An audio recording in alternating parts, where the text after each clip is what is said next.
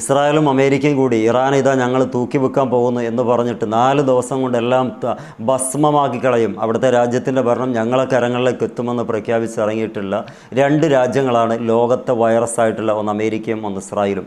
ഈ 2 രാജ്യങ്ങളും ഇന്ന് പടക്കുകയാണ്. എന്തുകൊണ്ട്? ഇസ്രായേലിൻ്റെ ഏറ്റവും വലിയ സംവിധാനങ്ങളായ പ്രതിരോധ സംവിധാനങ്ങൾക്ക് അമ്പെ പരാജയപ്പെട്ടിരിക്കുന്നു. അമേരിക്കയുടെ എല്ലാ കുതന്ത്രങ്ങളും പാളിപ്പോയിരിക്കുന്നു. ഇപ്പോൾ ഇറാൻ്റെ വലിയ വലിയ ആ മിസൈലുകളൊക്കെ വന്നിട്ട് തീ മഴ പെയ്യിപ്പിക്കുന്ന രംഗങ്ങളാണ് ടെൽ അവീവിൻ്റെ വ്യത്യസ്തങ്ങളായിട്ടുള്ള നഗരപ്രദേശങ്ങളും കണ്ടുകൊണ്ടിരിക്കുന്നത്. അവിടെയാണ് ഒരു അക്രമി എത്രത്തോളം വളരും, അതിൻ്റെ അവസാനം എന്തായിരിക്കും എന്നുള്ളത് കണക്കുകൂട്ടി മനസ്സിലാക്കാൻ പറ്റുന്നത്. കാരണം ഇസ്രായേൽ എന്ന് പറയുന്ന രാജ്യം ജൂതരാജ്യമാണ്. അത് ഏറ്റവും കൂടുതൽ ലോകത്തിൻ്റെ വൈറസാണെന്നുള്ളത് ലോകത്ത് സമാധാനം ഉണ്ടായ അല്ലെങ്കിൽ ഉണ്ടാക്കാൻ ആഗ്രഹിക്കുന്ന എല്ലാവർക്കും അറിയുന്ന കാര്യമാണ്. അതിനെല്ലാം മുച്ചൂടും ഹെൽപ്പ് ചെയ്യുന്ന ഒരു വിഭാഗമാണ് അമേരിക്കൻ ഭരണകൂടം. ഈ രണ്ടും കൂടി ഇന്നിപ്പോൾ എന്ത് ചെയ്യണം, ഏതായിരുന്നാലും തുടങ്ങി കുടുങ്ങിയല്ലോ എന്നുള്ളിടത്താണ് കാര്യങ്ങൾ എത്തിയത്. തുടങ്ങിയതാരാന്നുള്ളത് വെച്ചാൽ ഈ യുദ്ധത്തിൻ്റെ തുടക്കം അമേരിക്കയും അതുപോലെ ഇസ്രായേലുമാണ്. അതുകൊണ്ട് തന്നെ ആ മേഖല പടരുകയാണ്. അത്യാധുനിക സംവിധാനങ്ങളൊക്കെ നോക്കുകുത്തിയായിട്ടാണ് അവരുടെ എല്ലാ മേഖലകളും തീക്ക് ചാമ്പലായി കൊടുക്കുക, അഥവാ തീഗോളങ്ങൾ ഉയർന്നു പൊന്തുന്നത്.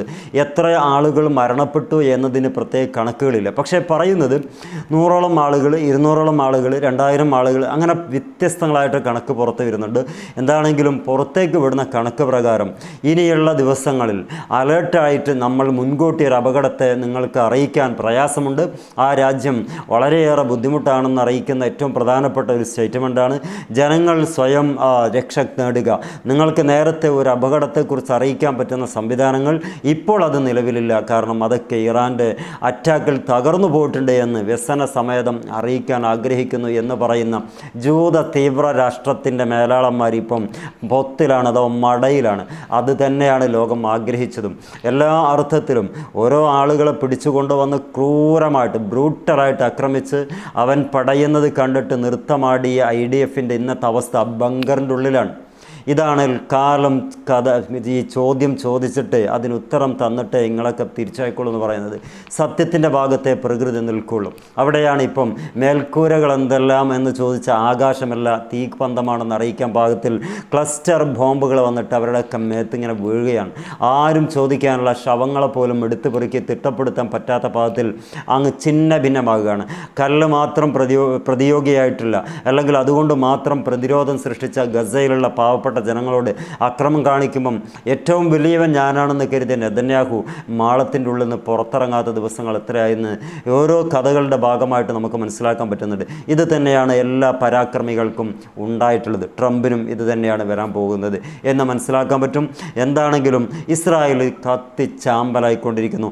ഓരോ ദൃശ്യങ്ങൾ പുറത്തേക്ക് വരുമ്പം, അവിടുത്തെ 5% ദൃശ്യങ്ങളെ പുറത്തേക്ക് വരുന്നുള്ളൂ. ആ ദൃശ്യങ്ങൾ പുറത്തേക്ക് വരുമ്പോൾ അവിടെയുള്ള ജൂതന്മാരൊക്കെ എലികളെപ്പോലെ മടയിലിരിക്കുകയാണ്. ജൂതന്മാരുടെ ഏറ്റവും വലിയ തന്ത്രപരമായിട്ടുള്ള നീക്കമെന്ന് പറയുന്നത് ജൂതന്മാർക്ക് ഒരു വലിയ വഞ്ചനയുടെ ഭാഗമാണ്. അഥവാ അവരുടെ ജന്മ അവകാശമാണ് വഞ്ചിക്കുക എന്ന് പറയുന്നത്. ആ വഞ്ചനയാണ് ഗസയിലും മറ്റു മേഖലകളിലും നടത്തിയത്. പക്ഷേ ഇറാൻ്റെ ഭാഗത്ത് വന്ന് നോക്കുമ്പം വഞ്ചനക്കൊന്നും വലിയ പ്രാധാന്യമില്ല. പോട്ടെ, അവർ വലിയ കൊട്ടിഘോഷിച്ച അയോണ്ടോം പോലത്തെ, താട് സംവിധാനം പോലത്തെ, ആരോ 3 പോലത്തെ ഇവിടെയുള്ള എല്ലാവിധ സംവിധാനങ്ങളെയും ഞങ്ങൾ തകർക്കും, ഒരു ബോംബ് പോലെ ഞങ്ങളുടെ മണ്ണിലേക്ക് വീഴില്ല, അതിന് സമ്മതിക്കില്ല എന്ന് നാവിട്ടടിച്ച വിഭാഗങ്ങളൊക്കെ ഇന്ന് ആർമാദിച്ച എല്ലാ ദിവസങ്ങളും മറന്നുകൊണ്ട് സ്വന്തം ബങ്കറിൻ്റെ ഉള്ളിൽ എലികളെപ്പോലെ പമ്മി കഴിയുകയാണ്. നരകിക്കുന്ന ജീവിതമാണ്. ഇത് തന്നെയാണ് ഇതിനൊരു ശക്തിയുണ്ട്. ലോകം ഭരിക്കാൻ ഇവർക്ക് താൽക്കാലിക ഉത്തരവാദിത്തം കൊടുത്തിട്ടുള്ളൂ. അതിൻ്റെയൊക്കെ മുകളിൽ ലോകം സൃഷ്ടിച്ച ഒരു സൃഷ്ടാവുണ്ട് എന്ന് തിരിച്ചറിയുന്നിടത്താണ് കാര്യം കിടക്കുന്നത്. ശരിക്കും ഇവർ പഴയ കാലത്ത് എലികളായിരുന്നോ എന്ന് സംശയിക്കേണ്ടടുത്താണ് കാര്യങ്ങളൊക്കെ വന്നിട്ടുള്ളത്. എലികളാണ് ഇപ്പോൾ പൊത്തിലിരിക്കാറുള്ളത്. അതേ സാധനങ്ങൾ തന്നെയാണ് ഇപ്പോൾ ഓരോ ജൂതനും പൊത്തിൻ്റെ ഉള്ളിൽ നിന്ന് ഇറങ്ങി നോക്കുകയാണ്, അഥവാ തലയിട്ട് നോക്കുകയാണ് വല്ലതും സംഭവിക്കുന്നുണ്ടോ. രാജ്യം അവരെ കൈവിട്ട് കളഞ്ഞു. നിങ്ങൾ ചത്താലുമില്ല, ജീവിച്ചാലുമില്ല. ഇവിടെ സൈറം മുഴങ്ങുന്ന രംഗങ്ങളൊക്കെ നമ്മളെ അങ്ങ് ഇറാൻ ഭരണകൂടം നമ്മളെ എല്ലാം നാമാവിശേഷമാക്കിയിട്ടുണ്ട്. സ്വന്തം കാര്യം സ്വന്തം നോക്കുക, അല്ലാതെ അപ്പുറം ഇപ്പുറം ഒന്നും ആലോചിക്കാനില്ല. അനുഭവിച്ചോളൂ എന്നതിൻ്റെ മറ്റൊരു അർത്ഥത്തിലുള്ള വാക്കുകളാണ് അതെല്ലാം. എങ്ങനെയുണ്ട് എന്ന് ചോദിച്ചാൽ അമേരിക്കൻ ട്രംപ് എന്ന ട്രാക്കുളയും പിഞ്ചു കുഞ്ഞുങ്ങളെ കറി വെച്ചിട്ടും അതേപോലെ തന്നെ റോസ്റ്റ് ചെയ്തൊക്കെ കഴിച്ച ആ വലിയ വിഭാഗം ഉണ്ടല്ലോ, അനുഭവിക്കാൻ പോകുന്നതേ ഉള്ളൂ. കഴിഞ്ഞ ഒരുപാട് ദിവസങ്ങളായി ജെഫ്രി എപ്സ്റ്റീൻ ഫയലിൻ്റെ ഭാഗമായിട്ട് കഥകളൊക്കെ കേൾക്കുകയും കാണുകയും ചെയ്തു. മരവിച്ച മനസ്സുകൾ ലോകത്തെമ്പാടുമുണ്ടായിരുന്നു ആ ചിത്രങ്ങൾ കണ്ടിട്ട്. അവിടെയെല്ലാം കൂടോത്രങ്ങൾ പരാജയപ്പെട്ട ബാലൻ്റെ പിൻഗാമികളായിട്ടുള്ള ഇവർ മാളത്തിൽ ഒളിക്കേണ്ട ഗതികെട്ട ഒരു വർഗത്തിൻ്റെ ഏറ്റവും പാരമ്യത്തിലാണ് ഇപ്പം നിൽക്കുന്നത്. അനുഭവിക്കാൻ വേണ്ടി ഇനിയും തയ്യാറാവുക എന്ന് തന്നെയാണ് ഇസ്രായേൽ ഭരണകൂടം അവരോട് തന്നെ പറയുന്നത്. കാരണം ഇവിടെ കൂക്കിയിടാൻ പറ്റുന്ന പാകത്തിലുള്ള സൈറണൊന്നും ഇപ്പം ഇല്ല. റഡാർ സംവിധാനങ്ങളൊക്കെ ഇറാൻ കൊണ്ടുപോയിട്ടുണ്ട്.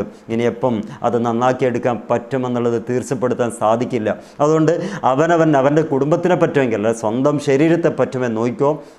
എല്ലാം കമഴ്ന്ന് കിടന്നിട്ട് അങ്ങ് തലയിൽ കൈയും വെച്ച് അവിടെ അങ്ങനെ കടന്നു കൂടിക്കോ.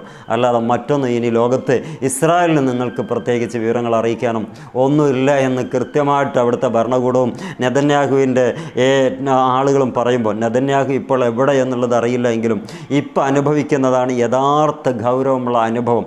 കഴിഞ്ഞ 2025 12 ദിന വാറുകൾ വന്നപ്പം അത്രമേൽ കരഞ്ഞ് കാല് പിടിച്ചുകൊണ്ട് സീസ്ഫയറിനെ അഭ്യർത്ഥിച്ച് മാനിച്ചപ്പം മേടിച്ചപ്പം അന്ന് ഇറാൻ്റെ വിശാല മനസ്സുകൊണ്ട് അതങ്ങ് വിട്ടുകൊടുത്തു. ലോകത്ത് തീവ്രവാദത്തിന് അനുകൂലമായി എല്ലാ അർത്ഥത്തിലും സപ്പോർട്ട് ചെയ്യുന്ന ആളുകൾക്ക് ഇതൊരു പാഠമാണെന്ന് പറയാൻ പറ്റും. 1947 തുടങ്ങിയത് ഈ ക്രൂരത അറബികളോട് ഇന്നിതാ ഇവിടെ എത്തി നിൽക്കുന്നു. ആ എത്തി നിൽക്കുന്ന പാരമ്യത്തിൽ ഇറാൻ ഭരണകൂടം വളരെ വലിയ രൂപത്തിൽ എല്ലാ അർത്ഥത്തിലും അവർക്ക് കൊടുക്കാൻ പറ്റുന്നതൊക്കെ കൊടുത്തുകൊണ്ടിരിക്കുക. ഇറാൻ ഒരുപക്ഷെ അവസാനത്തെ ആക്രമണമായിരിക്കാം. കാരണം അവർക്കിനി ലോകത്ത് ജീവിക്കണമെന്നില്ല. അവരുടെ ആധ്യാത്മികമായിട്ടുള്ള നേതാവ് മരണപ്പെട്ടു പോയിട്ടുണ്ട് എന്നതുകൊണ്ട് തന്നെ അവരെല്ലാവരും അചഞ്ചലമായി തീരുമാനിച്ചു കഴിഞ്ഞു. ഒരു ജൂതനെയും ഒരു അമേരിക്കൻ ഭരണകൂടത്തിൽ മെയിനായിട്ട് പ്രവർത്തിക്കുന്നവരെയും വെറുതെ വിടാൻ ആഗ്രഹിക്കുന്നില്ല. മാത്രമല്ല അവിടെയുള്ള ചാരപ്രവർത്തനങ്ങളെ ഏറ്റവും കൂടുതൽ സ്വാധീനിച്ച മൊസാദിൻ്റെ ആളുകൾ, ആ മൊസാദിൻ്റെ ആളുകൾക്ക് അഴിക്കുള്ളിൽ എന്തവസ്ഥയാണ് ഇപ്പോൾ നേരിടുന്നതെന്നുള്ളത് വളരെ ചെറിയ രൂപത്തിലെങ്കിലും മനസ്സിലാക്കാൻ പറ്റുന്ന ഒരു സ്റ്റേറ്റ്മെൻറ്റ് ഇറങ്ങിയിട്ടുണ്ടായിരുന്നു. നരകം നേരിട്ട് കാണുകയാണെന്ന്. എന്ന് പറഞ്ഞാൽ ഇത്രമേൽ കൂടോത്തരങ്ങളും ഗൂഢാലോചനകൾ നടത്തിയ ഒരു വിഭാഗം അവരുടെ അഴിക്കുള്ളിലുണ്ട് ഇറാനിൽ. അവരനുഭവിക്കുന്ന ആ ഒരു അവസ്ഥ എന്തായിരിക്കും എന്നുള്ളത് ലോകത്ത് ചർച്ച ചെയ്ത് വരികയാണ്. എന്ന് പറഞ്ഞാൽ ഫലസ്തീനുകളെ കൊണ്ടുപോയിട്ട് ഇസ്രായേൽ എന്താണോ ചെയ്തത് അതിൻ്റെ 10 ഇരട്ടിയായിട്ട് ഇപ്പോൾ ജൂതന്മാരെ പിടിച്ചിട്ട് അവിടെ കൊടുത്തുകൊണ്ടിരിക്കുകയാണ്. നെതന്യാഹുവിനും വൈകാതെ കിട്ടുമെന്ന് പറയുന്നു ജീവനോടുണ്ടെങ്കിൽ. എങ്ങനെയാണെങ്കിലും ഇസ്രായേൽ പരാജയപ്പെട്ടു എന്ന് പറയാൻ ഇതിൽ കൂടുതൽ എന്ത് തെളിവാണ് വേണ്ടത്? അവിടുത്തെ സമുച്ചയങ്ങളെല്ലാം നഷ്ടപ്പെട്ടു പോയി. ആർമാടകളും മാടമ്പുകളും എല്ലാം കൂടി അവതാരങ്ങളൊക്കെ കുഴിച്ചു മൂടപ്പെട്ടു കഴിഞ്ഞു. റഡാറുകൾ സംവിധാനങ്ങളൊക്കെ അന്ധമാക്കി കഴിഞ്ഞു. അഥവാ ഒന്നും അവർക്കിനി ശേഷിച്ചിരിക്കാത്തൊരു വിധത്തിൽ അങ്ങനെ അവസാനത്തെ ആക്രമണത്തിന് ഒരുങ്ങിയിരിക്കുകയാണ് ഈ ഇറാൻ എന്ന് പറയുന്ന രാജ്യം. ഇതുവരെ വന്നതല്ല, 160 നിങ്ങൾ കണ്ടിട്ടുള്ളൂ, 700 വരാനുണ്ട് എന്ന് പറയുമ്പോൾ എലികളെപ്പോലെ പേടിച്ച് വിറക്കുകയാണ് ജൂതന്മാർ. ജുദായിസം എന്ന് പറയുന്ന ലോകത്തിന് അപകടമാണെന്നുള്ളത് ഇനിയെങ്കിലും മനസ്സിലാക്കാൻ ഓരോ ജൂതനും കഴിയട്ടെ എന്ന് നമുക്ക് മനസ്സിലാക്കാം. അല്ലെങ്കിൽ പ്രത്യാശിക്കാം, കാത്തിരിക്കാം എന്തൊക്കെയാണ് ഇനിയും വരുന്നത് എന്നുള്ളത്. അവിടെ വെച്ച് നമുക്ക് പുതിയ വീഡിയോയിൽ കാണാം. സപ്പോർട്ട് ചെയ്യാൻ പറ്റുന്നവർക്കൊന്ന് സപ്പോർട്ട് ചെയ്യുക, ലൈക്ക് ചെയ്യുക. Wish you all the best. Good bye.